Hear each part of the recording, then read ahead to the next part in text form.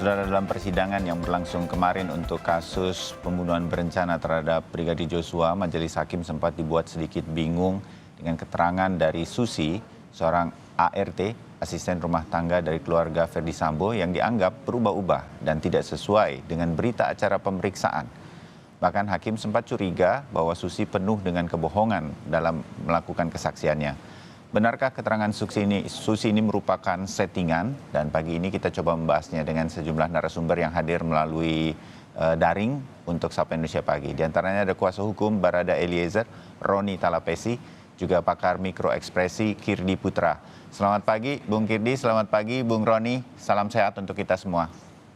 Salam sehat Mas Bayu. Ya.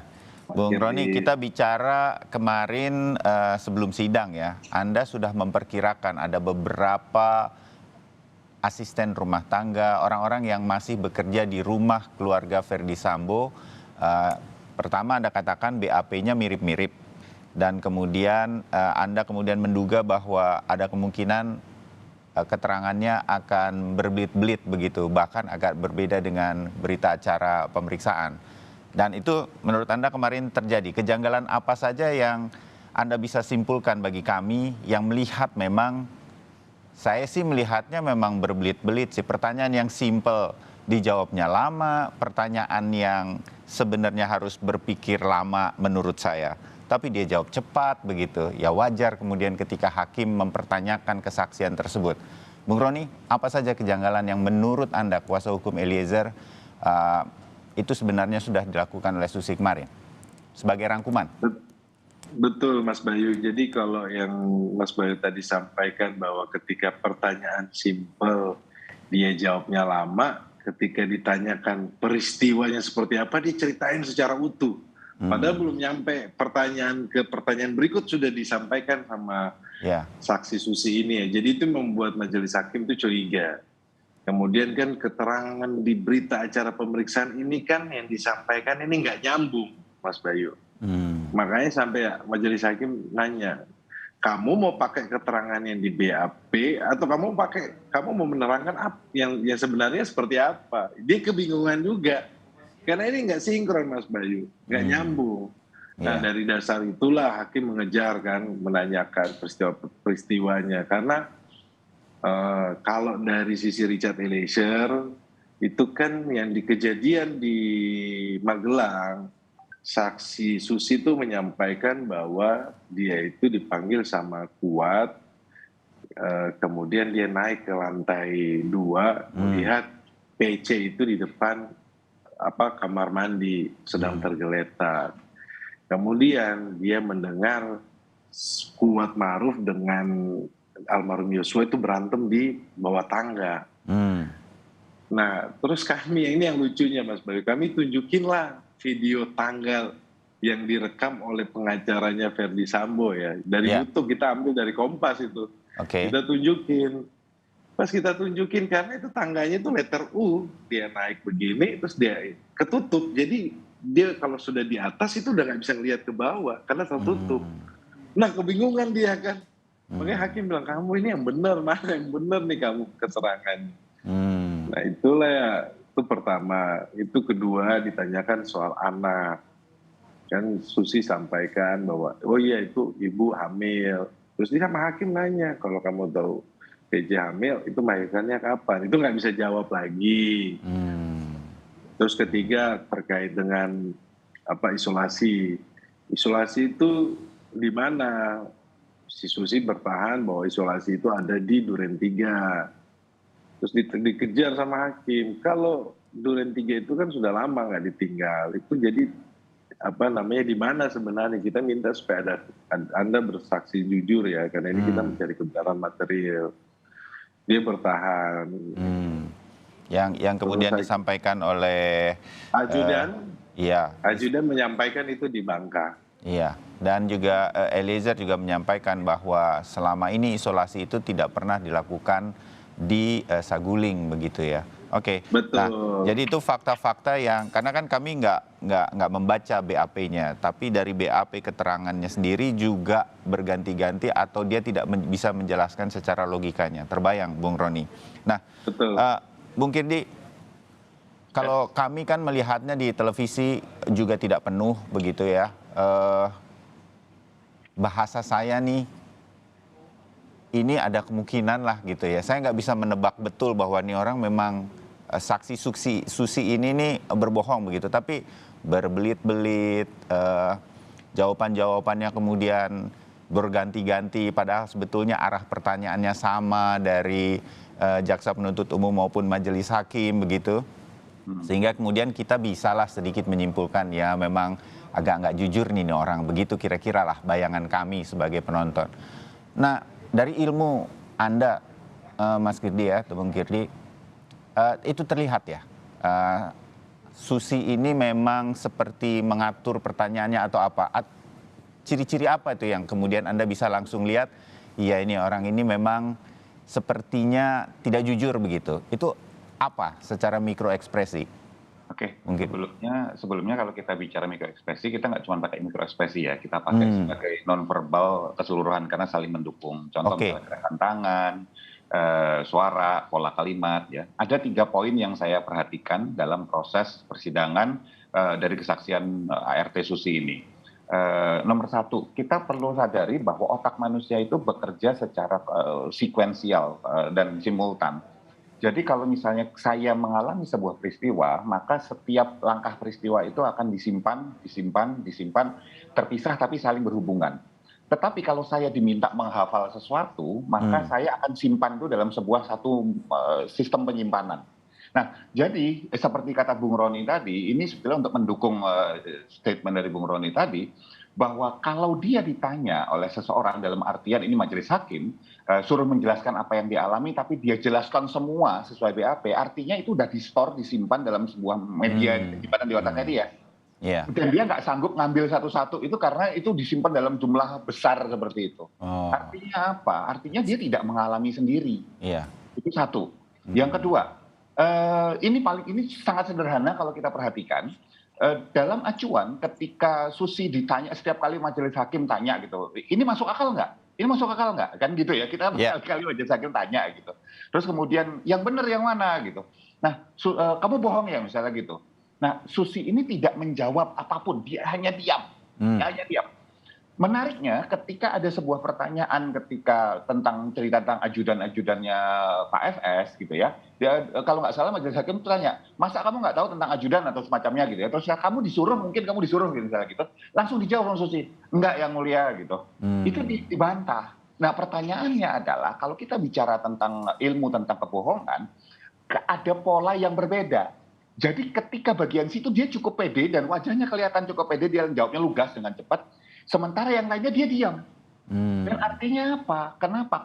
Kalau kita lihat di sini, kenapa dia tidak menjawab? Sebetulnya cuma kemungkinan yang paling besar probabilitasnya 1. Dia punya kekhawatiran kalau dia jawab, maka dia harus menutupi jawaban tersebut dengan kebohongan-kebohongan lain yang belum dia siapin. Jadi lebih baik diam gitu ya? Lebih baik diam. Karena rata-rata kalau kita ini bisa ditanya lah kalau mau penyidik kepolisian, KPK atau siapapun gitu.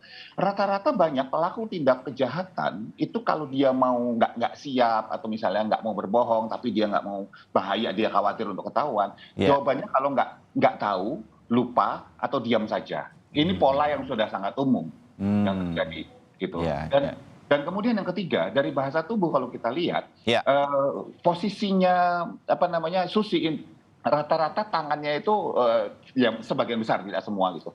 Tangan sebelah kirinya itu dilipat di bawah tangan sebelah kanan seperti itu, dan dia bertahan di situ, nggak bergerak, nggak berubah gitu. Ini sebetulnya kita sebut sebagai holding position ya. Ketika seseorang itu sedang nervous, biasanya mereka cenderung untuk megang sesuatu, butuh pegangan. Apakah itu mic-nya dipegangin, apakah kalau orang di depan umum gitu ngomong gitu ya, mic-nya di kedua tangan megang mic, apakah kemudian pegangan handling mic handler itu dipegang sama dia. Dan dalam hal ini Susi megang kakinya dan kemudian ditumpukan oleh tangannya, dan kemudian dengan bahasa tubuh yang juga kurang lebih similar gitu, sama gitu. Ketika Barada Eliezer itu ngomong, dia menunduk menghindari paparan visual, menghindari makanan. Apakah kemudian orang menunduk pasti bohong? Tidak.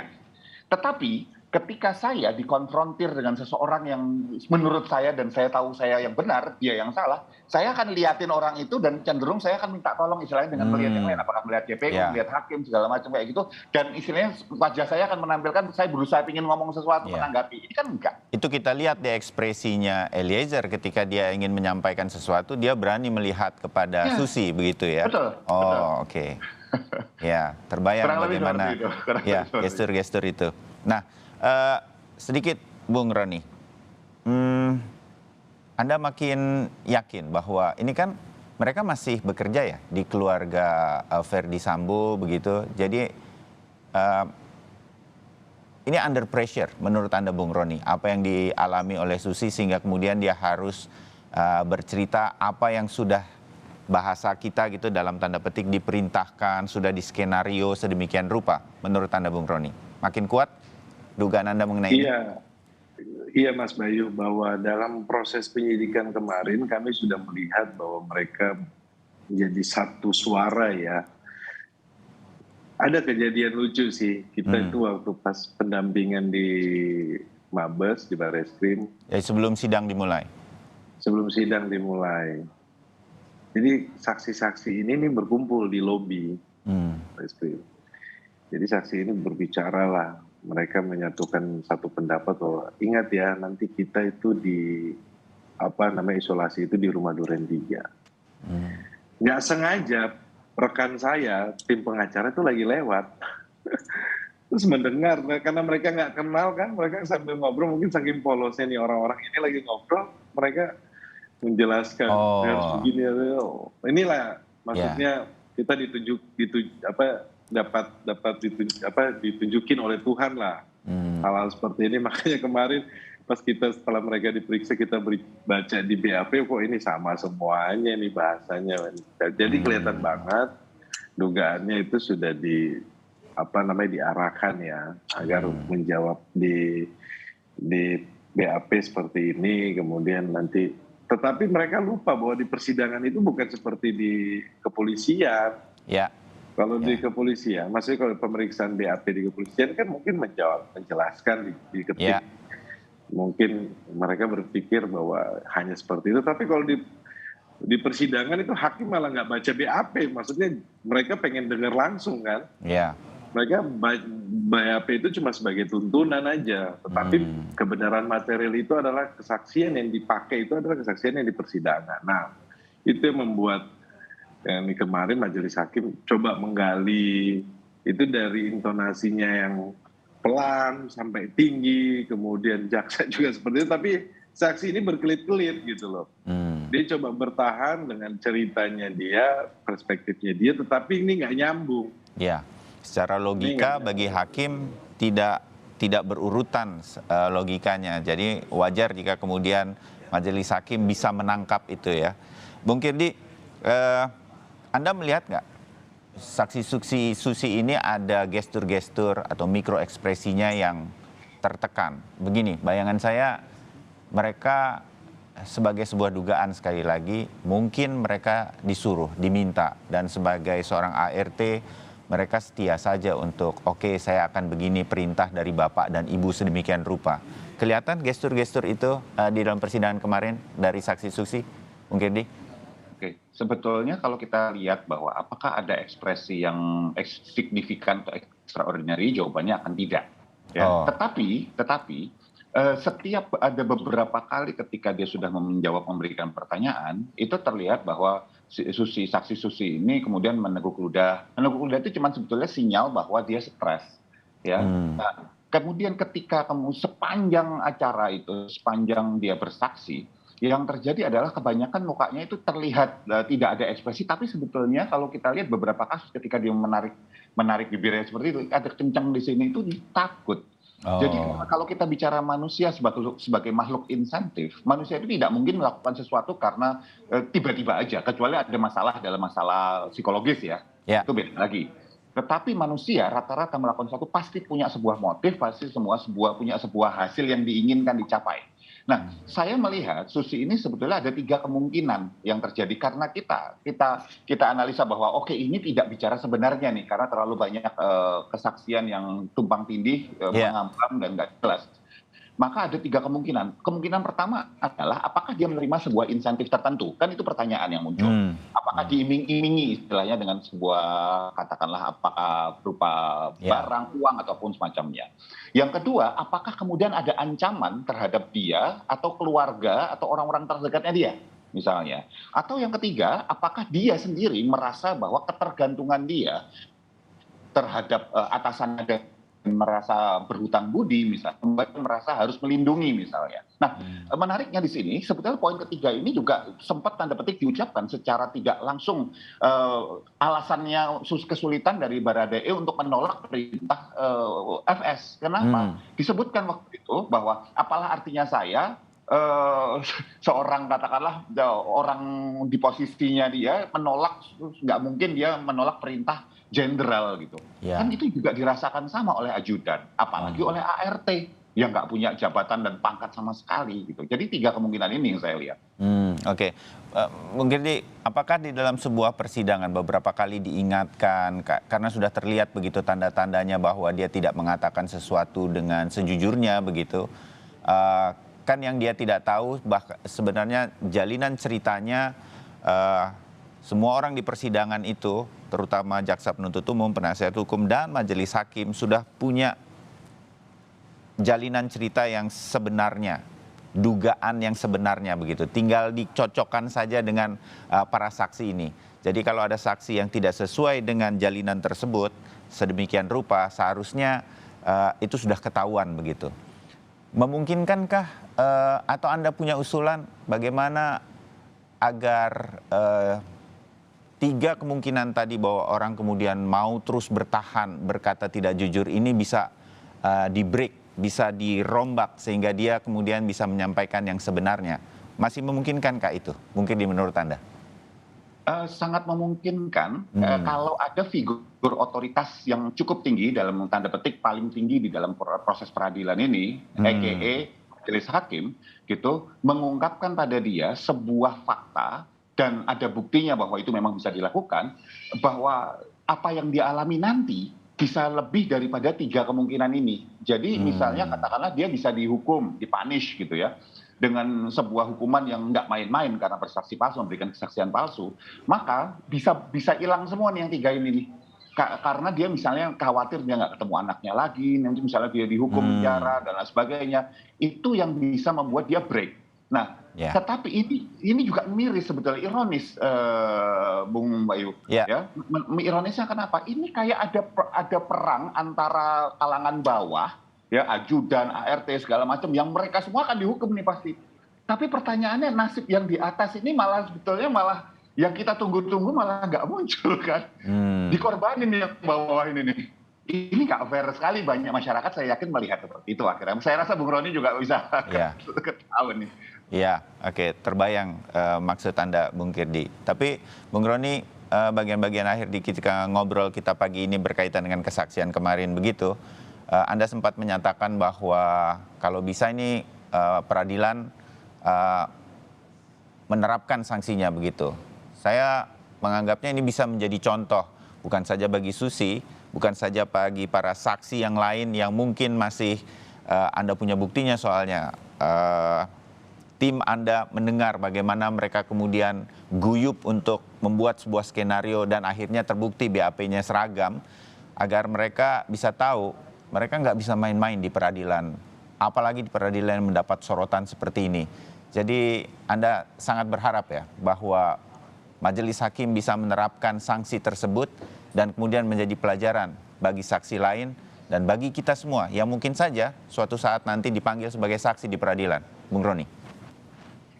Iya Mas Bayu, bahwa di persidangan itu tidak boleh dinodai ya, persidangan itu mulia.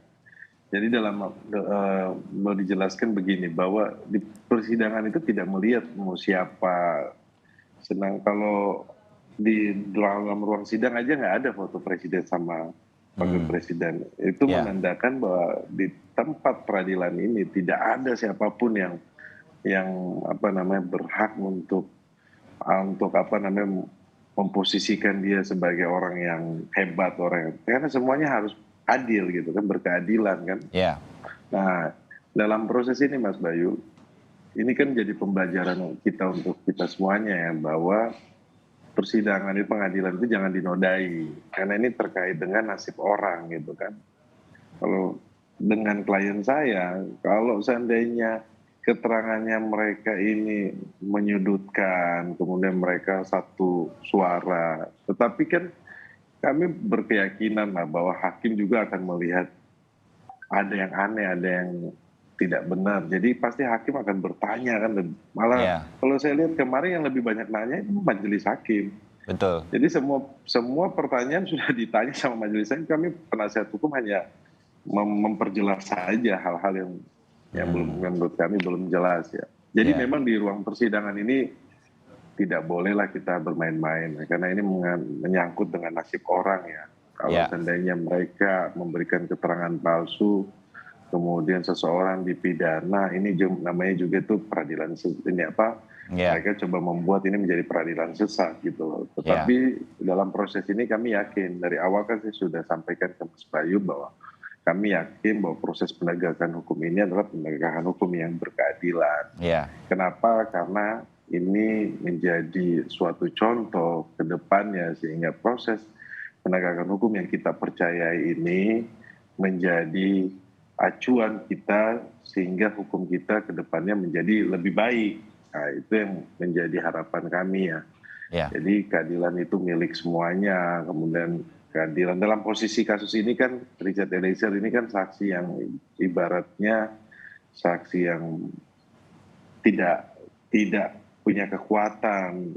Artinya apa ya? Bahwa dia tidak mampu mewakili kelas masyarakat yang tidak mampu, yang keluarganya biasa-biasa saja, boleh dikata itu dari keluarga yang miskin. Nah ini makanya rasa keadilan inilah yang kita sedang perjuangkan. Tetapi kemarin kami melihat bahwa hakim juga melihat proses ini.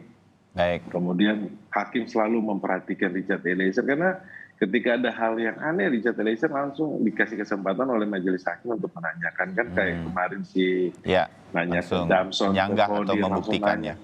Iya, tetapi kalau yang buat kami keterangannya bagus itu Mas Bayu, ketika ajudan itu menjelaskan secara gamblang ya, secara jelas, karena kayak si Romer kan ditanyakan, saksi Romer melihat apa saja. Bahwa dia melihat waktu di Duren 3 sudah pakai sarung tangan, kemudian senjata HS jatuh, tembakan ada berapa, lebih dari 5 kalian. Jadi dia mendengar tembakan, terus jeda tembakannya gimana, 3 tembakan itu yang pertama, kemudian ada tembakan lagi, tang. Nanti dugaan kami itu adalah 3 tembakan itu punya Richard Eliezer.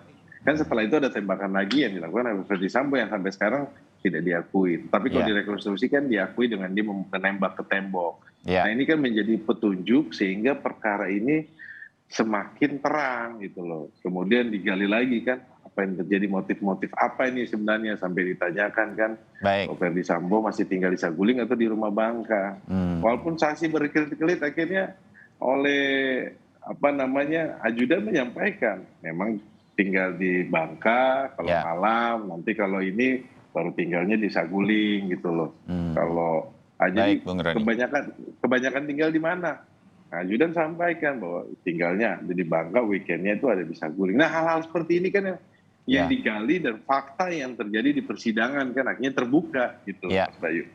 Kita melihat memang saksi-saksi kemarin ketika menyampaikan apa adanya, masuk akal, tidak dikejar seperti saksi yang kemudian dalam hal ini kemarin Susi justru dipertanyakan jawaban-jawabannya. Kira-kira 2 hal inilah yang kemarin kita lihat, dan kita sudah lihat kemungkinan-kemungkinannya dari Bung Kirdi Putra dan juga Bung Roni Talapesi. Terima kasih obrolannya untuk pagi hari ini, untuk wawasan kita melihat lagi jalannya persidangan hari ini.